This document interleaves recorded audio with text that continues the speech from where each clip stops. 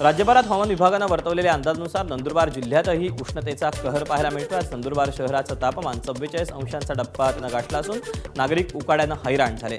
दुपारच्या वेळेत रस्त्यांवर शुकशुकाटे, कमी आर्द्रतेमुळे उष्णतेची तीव्रता अधिक वाढल्याचं हवामान अभ्यासकांचं मत आहे। पुढील महिन्यात तापमान आणखी वाढण्याची शक्यताही वर्तवण्यात आली आहे। विदर्भातील काही शहरात तापमानाचा पारा 46 अंशांच्या जवळ जाण्याची शक्यता वर्तवण्यात आली। हवामान विभागाचा हा अंदाज प्रत्यक्षात उतरतोय की काय अशी शक्यता निर्माण झाली, कारण आज सकाळी अकोला जिल्ह्यातील तापमानाचा पारा तब्बल 43.8 अंश सेल्सिअस नोंदवला गेला। शिवाय काल अकोल्यात सर्वाधिक तापमानाची नोंद झाली होती। पुढील 2 दिवस अकोल्यातील तापमानात आणखी वाढ होण्याची शक्यता वर्तवली गेली आहे। मी सध्या उभा आहे जगातील सर्वाधिक उष्ण असलेल्या शहरापैकी एक असलेल्या अकोल्यामध्ये, आणि अकोल्यात दररोज उष्णतेचे नवनवे उच्चांक आपल्याला पाहायला मिळतात। काल अकोल्याचं तापमान जे आहे ते होतं तब्बल 45.6 अंश सेल्सिअस, आणि आज जे आहे आजचं तापमान हे कालच्यापेक्षा अधिक असल्याचं जाणवतंय, आणि अक्षरशः एखाद्या शेकोटीपासून पाशी आपण उभा आहोत का असा जो भास आहे तो होता। आणि सर्वाधिक गजबजलेला जो चौक आहे अकोल्यातला तर हा जिल्हाधिकारी कार्यालय चौक आहे। आपण पाहतोय की या दुपारच्या वेळेला रस्त्यावर गर्दी फार कमी तुरळक गर्दी दिसते, आणि एक अघोषित संचारबंदी अकोल्यामध्ये असल्यासारखी वाटते। आणि आज जे तापमान आहे ते कालच्यापेक्षा अधिक असण्याची शक्यता जी आहे ती व्यक्त करण्यात येते, आणि आजचं वातावरण अकोल्यात तसंच आहे।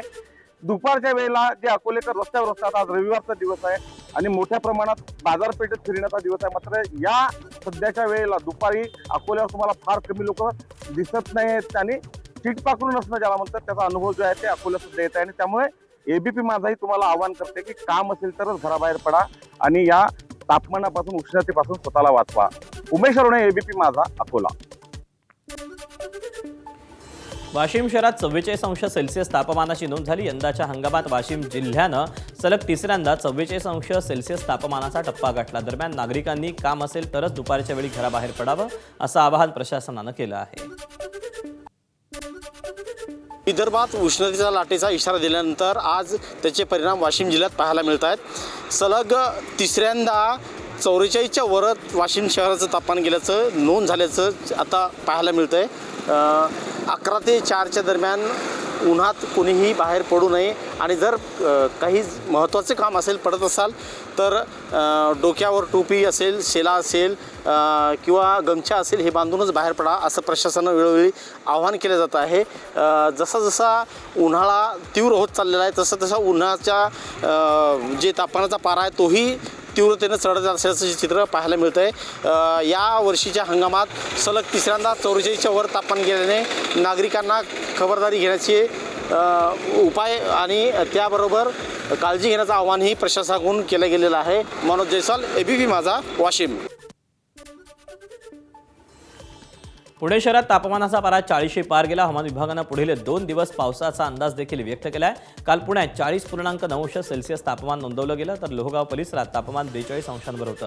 गेल्या 2 दिवसांपासून तापमानात सातत्यानं 40 पार असल्यानं नागरिक उकाड्यानं त्रस्त झाले आहेत। राज्यासह पुण्यात मागील 4 ते 5 दिवसापासून सातत्याने तापमानात वाढ होताना दिसते। आज पुणे शहरामध्ये जवळपास 41 डिग्री इतकं तापमानाची नोंद झालेली आहे, आणि रस्त्यावर जर आपण बघितलं तर खूप कमी प्रमाणात लोकांची गर्दी या ठिकाणी पाहायला मिळते। आता मी पुण्यातील अलका टॉकीज चौकामध्ये आहे, जिथं नेहमी लोकांची वर्दळ असते, मात्र बघितलं तर दुपारच्या वेळी काही दुकानं देखील आपल्याला बंद दिसत आहेत। आज सुट्टीचा दिवस आहे, लोक खरेदी करण्यासाठी बाहेर पडत असतात, मात्र ते देखील दुपारी या कडक उन्हात बाहेर पडणं या ठिकाणी टाळत आहेत। त्याचबरोबर डॉक्टरांकडून देखील सल्ला देण्यात आलेला आहे, या कडाक्याच्या उन्हामध्ये बाहेर पडू नका, खूप कडक ऊन आहे, त्यामुळं खूप गरजेचं काम असेल तरच टोपी असेल, सनकोट असेल किंबहुना जॅकेट घालूनच बाहेर निघावं। त्यामुळं लोकांनी काळजी घेणं गरजेचं आहे। कॅमेरामॅन अमोल गवाळेसह मी मिकी गई, एबीपी माझा, पुणे। मुंबईत उन्हाचा तडाखा चांगलाच वाढला असून एप्रिल महिन्यातच तापमान 39 अंश सेल्सिअस पर्यंत पोहोचलंय। उष्णतेच्या लाटेच्या इशाऱ्यानंतर हा पारा अधिकच वाढल्याचं पाहायला मिळते, त्यामुळे उकाड्यापासून बचावासाठी मुंबईकर सध्या घरातच थांबणं पसंत करतायत। मुंबईत उन्हाचा तडाखा वाढला आहे। आपण आहोत सध्या मुंबईचं पूर्व उपनगरात भांडूप या ठिकाणी आपण पाहिलं तर आज जे आहे मुंबई शहरात आहे तर दुपारची वेळ आहे। खरं तर एकूण 40 डिग्री अंश सेल्सिअस जे आहे टेम्परेचर आहे, जे तापमान आहे ते आज मुंबईत पोहोचलं आहे. चक्क आपण पाहिलं तर हवामान विभागाकडून आहे ते 2 दिवस रविवार आणि सोमवार उष्णतेची लाट येणार असल्याचा इशारा देण्यात आला होता. चक्क यानंतर आपण पाहिलं तर एप्रिल महिन्यामध्ये आहे तो खरं जे आपण पाहिलं तर या ठिकाणी मोठ्या प्रमाणात तापमानामध्ये वाढ झाली आहे. मुंबई शहरात आहे टेम्परेचरमध्ये तापमानामध्ये बदल वाढणार आहे. त्यामुळे घरीच राहावं जर काम नसेल, त्यामुळे मुंबईकरांनी देखील याला पसंती दिली आहे. आणि आपण रस्त्या बघितलं सुसाट आहेत या ठिकाणी आणि लोक जे देखील आहेत या उन्हापासून आहे वाचण्यासाठी घर असेल की जे सुरक्षित जागा असेल अशा ठिकाणी जाण्यापासून पसंती दिला आहे. कॅमेरामॅन हेमंत कदम सोबत सत्यम सिंग, ABP माझा, मुंबई. हिंगोली जिल्ह्याचं तापमान गेल्या काही दिवसांपासून 40 अंशांच्या पुढे गेले. त्याचा थेट परिणाम आता जलसाठ्यांवर दिसू लागलाय. हिंगोली जिल्ह्यातील अनेक लघुसिंचन प्रकल्प, तलाव आणि धरणांनी तळ गाठला. त्यामुळे अनेक गावांमध्ये भीषण पाणी टंचाई निर्माण झाली. नागरिकांना हंडाभर पाण्यासाठी भर उन्हात भटकंती करावी लागते. दरम्यान जिल्ह्यातील 30 लघुसिंचन प्रकल्पांची परिस्थिती देखील चिंताजनक बनल्यानं प्रशासनानं पाणी प्रश्नावर तातडीनं तोडगा काढण्याची आवश्यकता निर्माण झाली आहे. मी सध्या हिंगोली जिल्ह्यातल्या वडद तलाव परिसरामध्ये आहे आणि हे तलावाचं पात्र आहे आणि आपण या ठिकाणी बघताय तलावाचं पात्र या ठिकाणी पूर्णपणे कोरडं ठाक पडल्याचं आपल्याला पाहायला मिळतंय. या तलावावर जवळपासच्या 4 ते 5 गावाच्या पिण्याच्या पाण्यासह जवळपासच्या शेतीचं नियोजन असतं, परंतु तलाव कोरडा ठाक पडल्यामुळे येथील शेतकरी गावकरी पिण्याच्या पाण्यासाठी मोठे हैराण झाल्याचं आपल्याला पाहायला मिळते. 9 तलावांची जोत्याखाली पाणी पातळी आहे तर 4 तलाव कोरडे ठाक पडलेले आहेत. 14 तलावांची पाणी पातळी 0 ते 25% इतकी असून 26 ते 50% पाणी पातळी असलेले एकच तलाव आहे.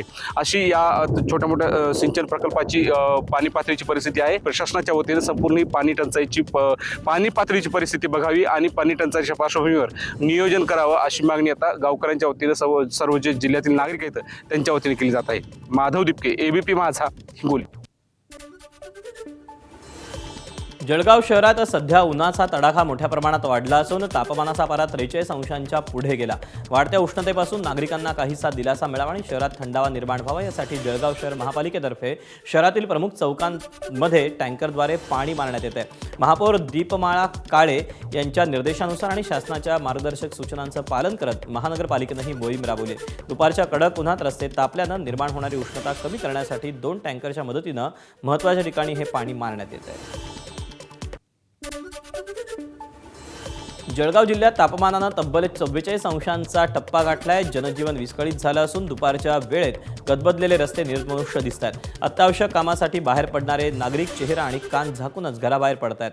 दरम्यान वाढत्या उष्णतेचा फटका केळीबागांना देखील बसला असून हजारो हेक्टर क्षेत्रातील पिकांचं नुकसान झालंय. तसंच वाढत्या उष्णतेमुळे ट्रान्सफॉर्मरला आगी लागण्याच्या घटनेत देखील वाढ झाली आहे.